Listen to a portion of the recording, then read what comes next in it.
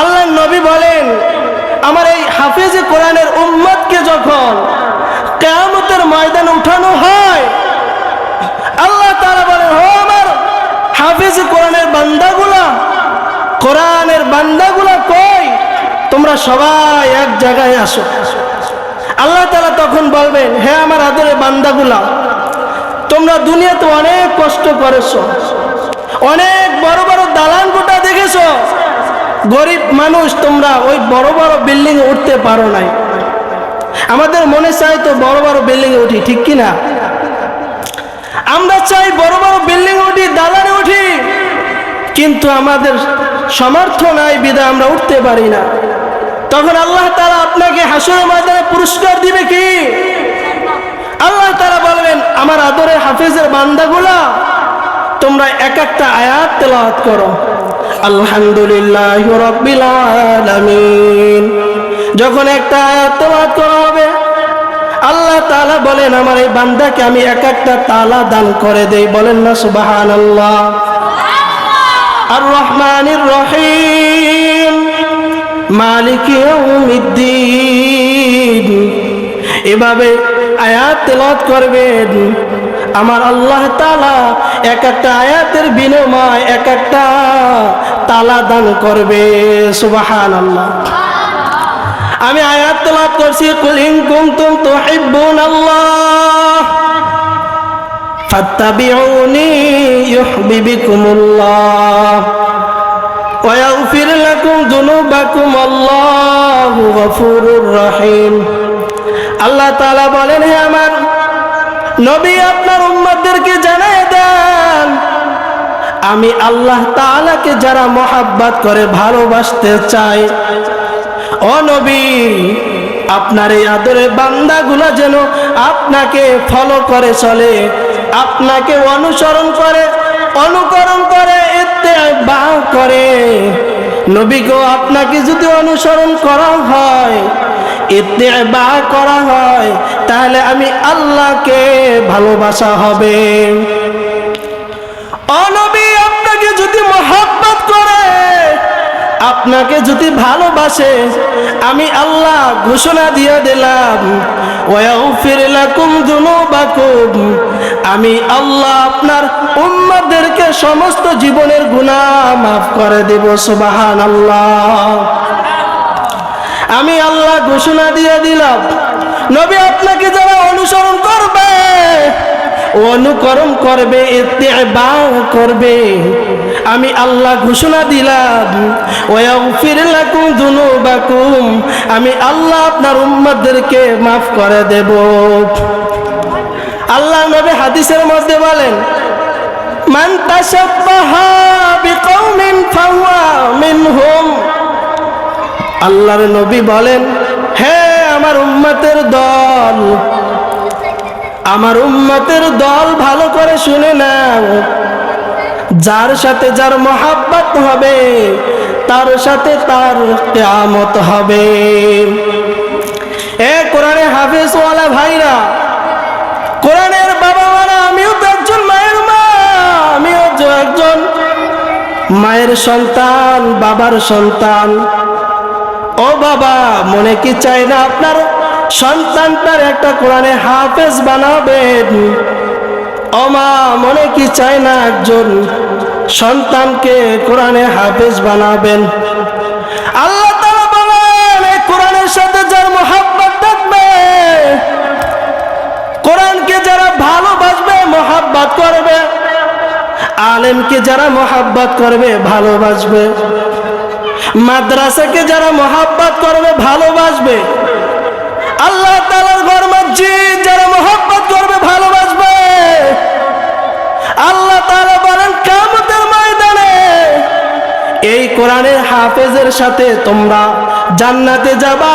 মাদ্রাসা, মসজিদ যেখানে ভালো ভালো কাজ হয়, এদের সাথে যারা মহব্বত করবে, এরা জান্নাতে যাইবে। বলেন না সুবহানাল্লাহ। তাই এই আওতার ভিতরে বড় একটা মাদ্রাসা, আল-আকসা মাদিনাতুল উলুম হাফিজিয়া মাদ্রাসা, আপনাদের জন্য দরজা খোলা আছে। আপনার সন্তানকে যদি এই মাদ্রাসার ভিতরে পাঠান, কোনো ক্ষতি হবে না, কোনো ক্ষতি হবে না, বরঞ্চ দুনিয়াতে লাভ, আখিরাতেও লাভ হবে। আল্লাহ বলেন এই কোরআন জন্য, এই কোরআন শিক্ষা করার জন্য তোমরা নবীর ঘরে গেলা, নবীর ওয়ারিস হয়ে গেলা। সুবহানাল্লাহ। নবীর ঘরে আইছো, নবীর ওয়ারিস হয়ে গেছো, আল্লাহর কোরআন তেলাওয়াত করো, আল্লাহর বান্দা হয়ে গেছো, খাঁটি বান্দা।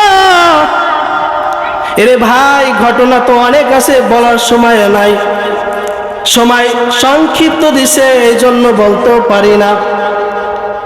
তবে আল্লাহ তাআলা পয়গম্বর সুলাইমান নবীকে আল্লাহ তাআলা কুদরত দেখার জন্য আল্লাহ তাআলা বলছেন, ও পয়গম্বর সুলাইমান, আপনি একটু নদীর কাছে যান, সাগরের কাছে যান,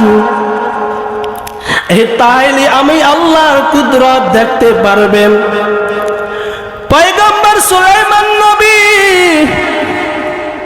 তিনি একা যান নাই, তার খাদেম আসিফকে নিয়ে সাগরের নিকটে চলে গেছেন। আল্লাহ তাআলা বলেন, পয়গম্বর সুলাইমান সাগরের দিকে তাকাও, তাহলে আমি আল্লাহ তাআলার কুদরত দেখতে পারবা। পয়গম্বর সুলাইমান নবী সাগরের দিকে তাকায়, আল্লাহ তাআলার কোনো কুদরত দেখতে পায় না। আল্লাহ তাআলা বলেন, ও সুলাইমান, আপনার খাদেমকে বলে দেন এই সাগরের মধ্যে ঝাঁপ দেন, একটু নদীর মধ্যে যাও, সাগরের মধ্যে যাও। যাইতে যাইতে যাইতে যাইতে সাগরের মধ্যে স্থলে একটা 4 দেওয়ালের একটা ঘর, 4 দেওয়ালের একটা ঘর, 4টা দরজা, 4টা দরজা খোলা। একটা দরজা দিয়া এক ফোঁটা পানিও ভিতরে প্রবেশ করে না। সুবহানাল্লাহ। পয়গম্বর সুলাইমান নবীর খাদেম আসিফ হুজুরের কথা অনুযায়ী সাগরের মধ্যে ঝাঁপ দেওয়ার পর যায়া দেখলেন 4 দেওয়ালে একটা ঘর, 4টা দরজা খোলা, একটা দরজা দিয়েও পানি ভিতরে প্রবেশ করে না। এইগুলো দেখার পর খাদেম আসিফ সুলাইমান নবীর কাছে এসে বললেন, ও আল্লাহর নবী পয়গম্বর সুলাইমান নবী, আমি সাগরের মধ্যে ঝাঁপ দেওয়ার পর এমন কুদরত দেখতে পাই যে আল্লাহ তাআলা আমাকে দেখাইছে, আপনারও দেখতে মনে চাইবে। খাদেম আসিয়া বলার পর এবার সুন্দরভাবে সুলাইমান নবীকে বললেন, সুলাইমান নবী এবার সেই নদীর ভিতরে সাগরের মধ্যে ঝাঁপ দেয়। দেওয়ার পর যাইতে যাইতে যাইতে পানির মধ্যে 4 দেওয়ালের একটা ঘর, 4টা দরজা, একটা দরজা দিয়েও পানি ভিতরে প্রবেশ করে না। এই কুদরত কার? জোরে কন, এই কুদরত কার? কাদের কুদরত তু পারি পর কামাল, আনতা রব্বি আনতা হাসবি জুল জালাল, তুহি কাদের জলিলুল্লাহ জাহাদা, পহরে হালে তুহি মেরা নিকাহাদা। এই কুদরত দেখলেন সুলাইমান নবী। ওই যুবকের কাছে গেছেন, ওই নদীর মধ্যে যে 4 দেওয়ালের ঘর, সুলাইমান নবী ঘুইরা ঘুইরা তারপর ওই ঘরের ভিতরে ঢুকতে চাইলেন, অনুমতি চাইলেন, সালাম দিলেন, অনুমতি দেওয়া হইল। সুলাইমান নবী এবার ওই ঘরের ভিতরে গেলেন, যাইয়া দেখতেছেন ওই ঘরটা খালি না, খালি নয়, ওই ঘরের ভিতরে একজন সুদর্শন যুবক আল্লাহর বান্দা ওখানে আল্লাহর জিকির করে। সুবহানাল্লাহ। আল্লাহর নবী পয়গম্বর সুলাইমান নবী জিজ্ঞাসা করে, ও যুবক, এখানে তুমি কিভাবে আসলা? ছাত্র ভাইরা সংক্ষিপ্ত ভালো করে শুনে নেন। এবার পয়গম্বর সুলাইমান জিজ্ঞাসা করার পর ওই যুবক বলতেছে, পয়গম্বর আমি এই জায়গায় আইছি আমার আব্বা আম্মার কারণে। কারণ দুনিয়াতে আমার আব্বা আম্মা ছিল, বড় অসুস্থ ছিল। আর দুনিয়াতে থাকা অবস্থায় আমি আমার আব্বা আম্মার খেদমত করার কারণে আমারে আল্লাহ এমন সুযোগ করে দিয়েছেন, ওই নদীর মধ্যে যে আমি আল্লাহর গোলামি করতে পারি। বাসুলাইমা দাদে মুলকু সরওয়ারি সদমদিয়ে খাদে মস্তে ওয়াপরি। বাসুলাইমা দাদে মুলকু সরওয়ারি সদমতি খাদে মস্তে ওয়াপরি। আল্লাহ পাক রব্বুল আলামিন আমাদের প্রত্যেকটা ছাত্র ভাইকে আব্বা আম্মার খেদমত করে দুনিয়া থেকে চলে যাওয়ার তৌফিক দান করুন। তো আল্লাহ তাআলা বলেন, হে আমার আদরের বান্দাগুলা, এই পয়গম্বর সুলাইমান নবী যুবকের কাছে জিজ্ঞাসা করলো, যুবক আল্লাহর বান্দা, এখানে তুমি যে আসলা, এই ঘরের ভিতরে যে তুমি আসলা, এর পিছনে তো তোমার বড় কান্না, বড় চোখের পানি আছে। এবার পয়গম্বর সুলাইমান নবীকে বলেন, হুজুর এখানে আইছি আমার আব্বা আম্মার চোখের পানির কারণে। এ ছাত্র ভাইরা ভালো করে শুনে নেন, মার খেদমত করলে কি হবে, বাবার খেদমত করলে কি হবে। এই দুনিয়ার জমিনে কেউ বড় হইতে পারবে না, আর পারেও না যদি পিছনে মা বাবার দোয়া না থাকে। এই যে আমি আপনাদের সামনে কিছু কথা বলি, আসলে আমার আব্বা আম্মার দোয়ার কারণে এই চেয়ারে বৈশা কিছু আলোচনা করতে পারি। কারণ আমি দেখতাম আমার বাবাকে দু চোখের পানি ফালাইয়া আমার জন্য কান্না করেছে, আমার মাকে আমি দেখতাম দু চোখের পানি ফালাইয়া আমার জন্য কান্না করত। যখন আমি বরিশালের ভিতরে আসি, আমার মা কান্না করে করে বলে দেয়, সন্তান যা যা, তোর জন্য দোয়া করে দেয় আল্লাহ তাআলা যেন তোকে বড় একটা আলেম বানায়। ও আমার ছাত্র ভাই, বন্ধ হইলে বাড়িতে যান, ওই মার খেদমত করবেন, বাবার খেদমত করবেন। পারলে আপনার আব্বার লঙ্গিটা ধুয়ে দিবেন, জামাটা ধুয়ে দিবেন, পারলে মার কাপড়টা ধুয়ে দিবেন।